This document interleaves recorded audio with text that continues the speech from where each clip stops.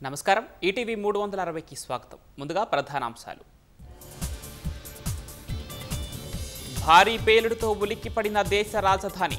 Delhi నడిబొడ్డులో car విస్ఫోటనంలో 9 మంది బలి పేలుడు ధాటికి ధ్వంసమైన వాహనాలు చెల్లాచెదురుగా పడిన మృతదేహాలు NIA Delhi crime branch forensic విభాగాల దర్యాప్తు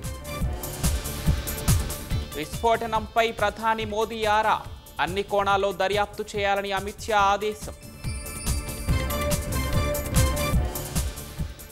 ఢిల్లీ పేలుడు ఘటనతో దేశవ్యాప్తంగా రెడ్ అలర్ట్ కీలక ప్రాంతాల్లో విస్తృత సోదాలు హైదరాబాద్లోనూ తనిఖీలు బీహార్లో కొనసాగుతున్న తుది దశ పోలింగ్ ఢిల్లీ పేలుడు నేపథ్యంలో భారీ భద్రత జూబ్లీహిల్స్లో ప్రారంభమైన ఉప ఎన్నిక పోలింగ్ సాయంత్రం 6 గంటల వరకు ఓటింగ్ పటిష్ట నిఘా ఏర్పాటు చేసిన ఈసీ హైదరాబాద్ విజయవాడ జాతీయ రహదారిలో ప్రైవేట్ బస్ దగ్ధం ప్రయాణికులు దిగిపోవడంతో తప్పిన పెను ప్రమాదం